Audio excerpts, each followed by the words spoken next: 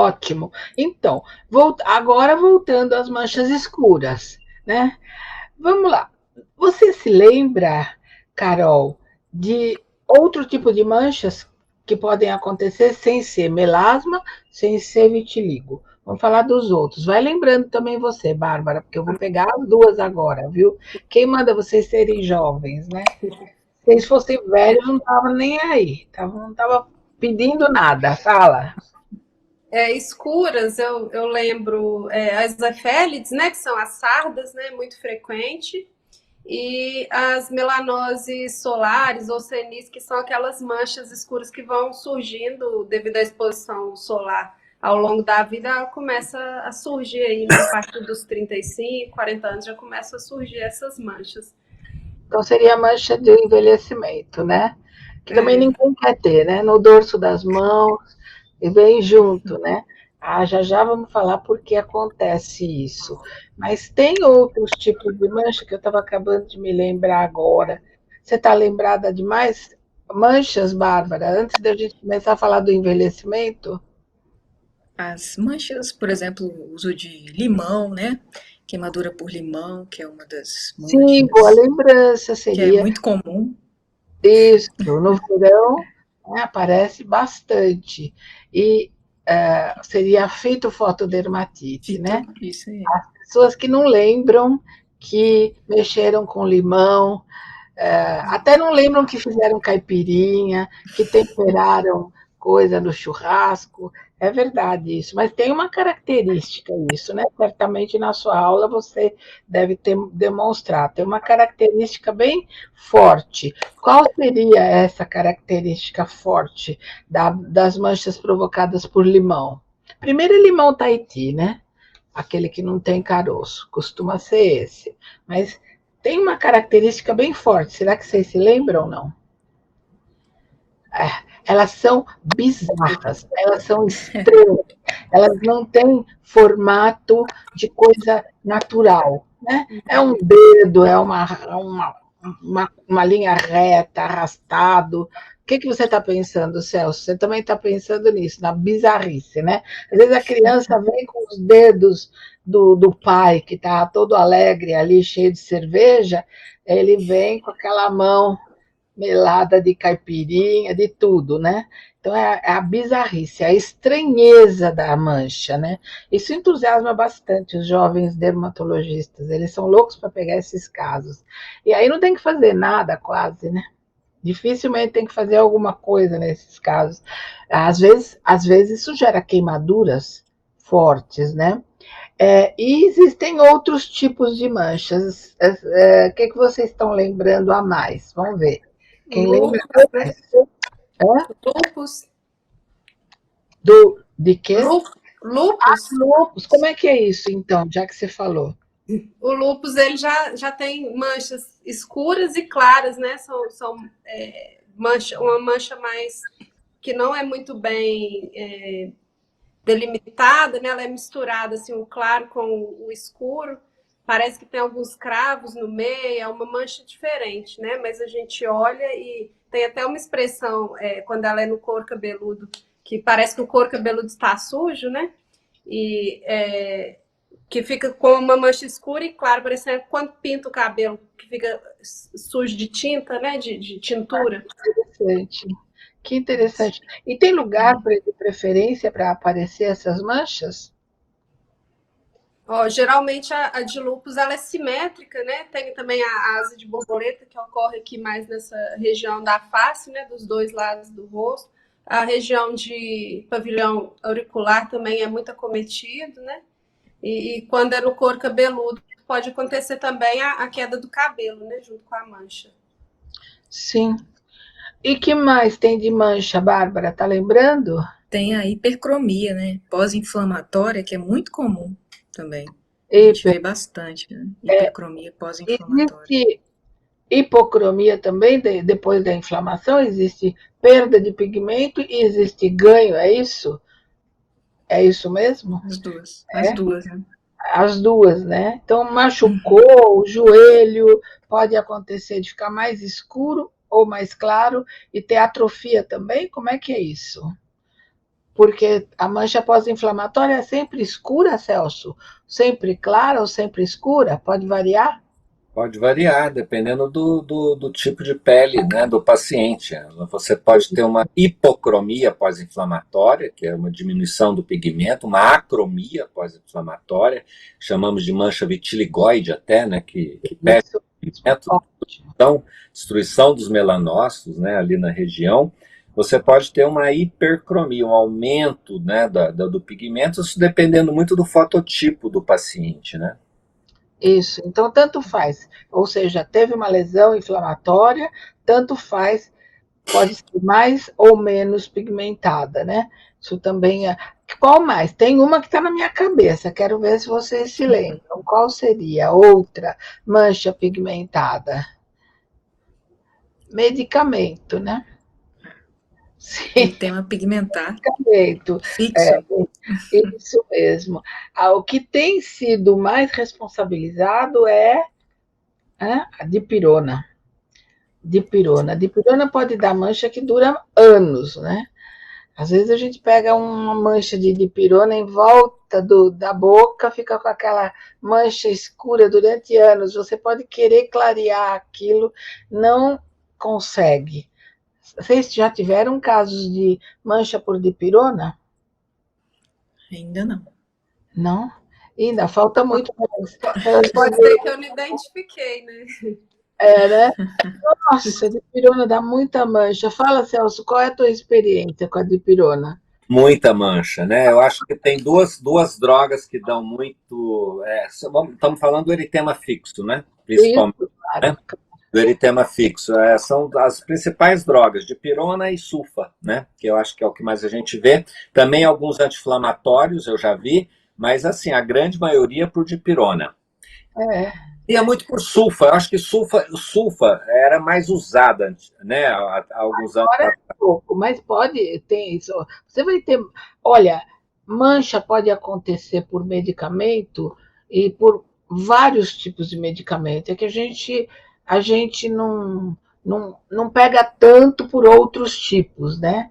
Mas você já teve, Celso, que pesquisar muito medicamento para justificar uma mancha, né? Você pergunta, a pessoa está com aquela mancha ali, ela diz que não tomou nada, e de repente tomou um medicamento para dor de cabeça, tomou um analgésico. Essa é sempre uma dificuldade muito grande. Eu falo que a maior Inflamatório.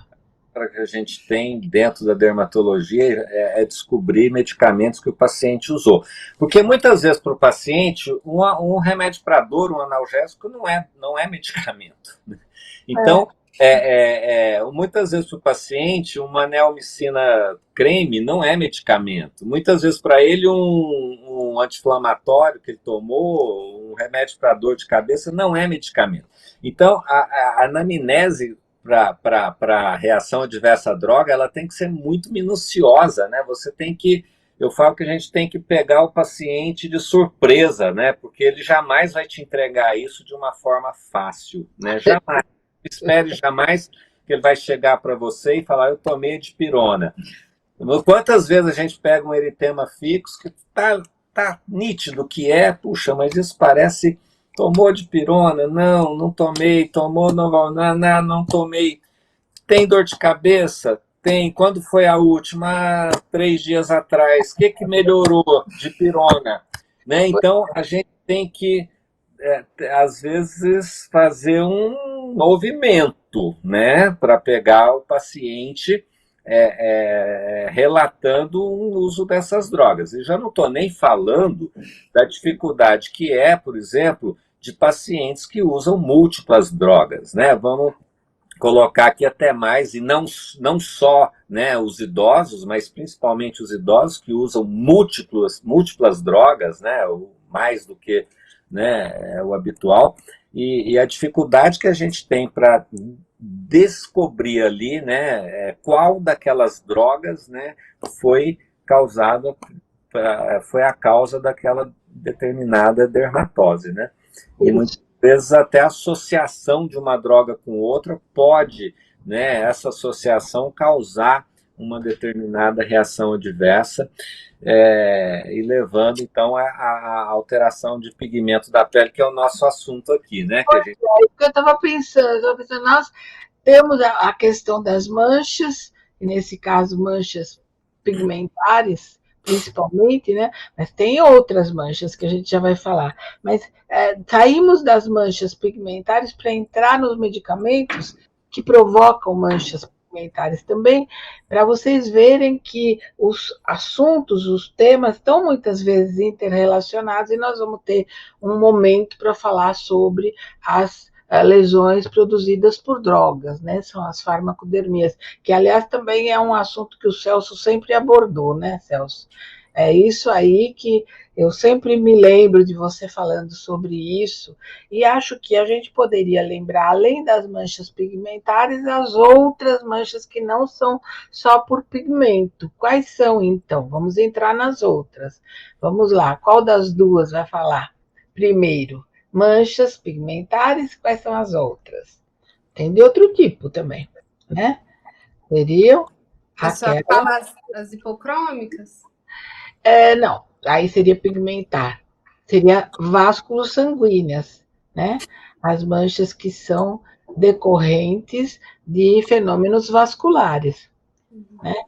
Lembra dessa classificação?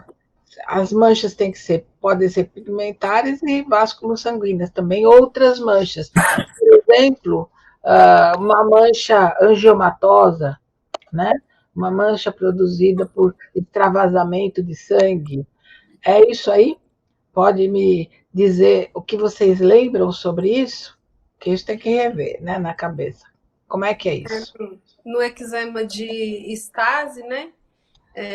O acúmulo de hemosiderina, né? Pode deixar a pele mais escurecida também, né? Que é o derrame vascular, né? Que eu estou me lembrando. Né? Hemangiomas também, né? Que a gente vê.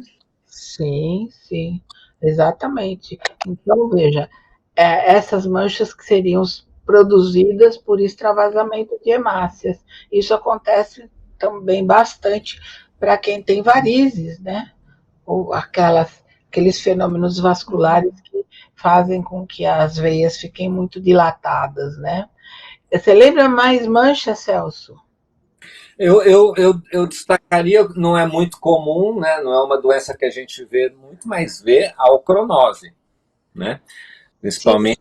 Explicar o que é. Aliás, eu queria perguntar para o Paulo se ele tem aí alguma, ou de fármaco produzida por medicamento, e se tem aí alguma mancha de ocronose, porque essa é importante. Essa você luta bastante e não consegue nada. Não consegue resolver de jeito nenhum. Mas vai falando, Celso. A causa, né, que mais a gente vê, pelo menos na minha experiência que eu mais já vi, é causada por uso prolongado da hidroquinona, né? Esse é o grande problema da hidroquinona. Né? É o tratamento. É o tratamento e que, quando usada, né, por muito tempo, período longo, em altas concentrações, leva à ocronose, né, que seria a inibição da oxidase do ácido homogentísico, né, e que ele então se depositaria na pele, né. Isso eu já vi bastante, hoje menos, concorda, doutora Valéria? Eu acho que menos, né, porque antes se usava muito hidroquinona em concentrações muito elevadas, né? E nós não tínhamos outros despigmentantes disponíveis, ou tínhamos poucos despigmentantes com uma ação bem menor do que a hidroquinona. Então se usava a hidroquinona por muito tempo em altas concentrações. E depois que causa a ocronose é muito difícil, né? Você tratar a ocronose é quase que uma tarefa árdua, né? Se é que a gente resolve, né? A senhora já resolveu algum caso de ocronose? Jamais, ninguém consegue. Agora eu te digo, ocronose não seria também aquele tipo de mancha que o Tim Maia tinha na região malar? Aqui nessa localização, o Tim Maia tinha uma mancha bem escura, quase azulada, né? Então você vai ter também sem o uso de hidroquinona. Seria endógena, né? Exatamente. Ele tem uma mancha escura, uma vontade de fazer alguma coisa para aquela mancha dele. Tim Maia é exatamente o exemplo da ocronose, e não tinha intervenção de hidroquinona, né? Eu não me lembro assim, muito mas, enfim, nós temos aí as duas possibilidades, né, da cronose exógena e a cronose endógena. Eu, na minha experiência, o que vi mais sempre foi a exógena, pelo uso abusivo da hidroquinona. Né? Mas a hidroquinona foi limitada, eu acho que já faz uns 20 anos, Celso. Lembra? Quando começaram a dizer que a partir de 4% poderia ser nociva e ser teratogênica. Foi isso, né? É que também nós tivemos um período lá, até bastante tempo atrás, que se usava muito monobenzil éter de hidroquinona. Isso, que seria um derivado da borracha, né? Isso. Da sandália havaiana, você lembra da história da sandália havaiana? E hoje é usado apenas como despigmentante para os casos de vitiligo universal. Hoje, né, a única indicação que a gente tem é o do monobenzil éter de hidroquinona, seria para isso. Mas é uma substância, inclusive, muito difícil de ser encontrada, né? Mas, assim, ela foi muito usada no passado, né? Nós chegamos a ver muita complicação do monobenzil éter de hidroquinona. Né? Ele era um excelente clareador, ele era um excelente despigmentante, só que ele destruía o melanócito, né? Ele não atacava, ele não diminuía apenas a síntese da melanina, né? Ele levava a uma destruição também do melanócito. E tanto que aparecia muito aquelas manchas em confetes, se lembra, doutora Valéria, né? Que a gente via muito, né? A cronose é isso, né? Aquelas áreas de hipercromia e no meio ali aquelas manchas em aspecto de confete, né? Onde ocorria ali a destruição de melanócitos. Cheguei a ver muito isso, mas também nunca consegui resolver. Muito difícil resolver a cronose, né? Muito difícil. Quando eu vejo casos desse tipo, eu começo a convencer a pessoa a que nós sejamos cúmplices. Ela vai procurando na internet saber se pepino resolve, o que pode resolver algum tipo de coisa assim mágica, porque você vê toda hora falarem pela internet. Quando você está ouvindo uma música, de repente, no intervalo da música, aparece lá, você já sabe que manchas, não sei o quê, aí usa a papa de não sei o quê, faz não sei o quê lá, eu já nem escuto isso, né? Mas o que tem de propaganda de coisa caseira para tratar manchas, eu não sei que vantagem leva com isso, mas em todo caso, muita coisa caseira, tem muito produto, mas o sucesso desses produtos é muito pequeno, provavelmente. Então as pessoas vão circulando para ver qual vai ser a bola da vez, né? Qual vai ser o pepino que elas vão usar dessa vez. Então, é muito difícil. Tratar mancha é o que existe de mais difícil. Ter mancha é muito fácil. Tratar é difícil.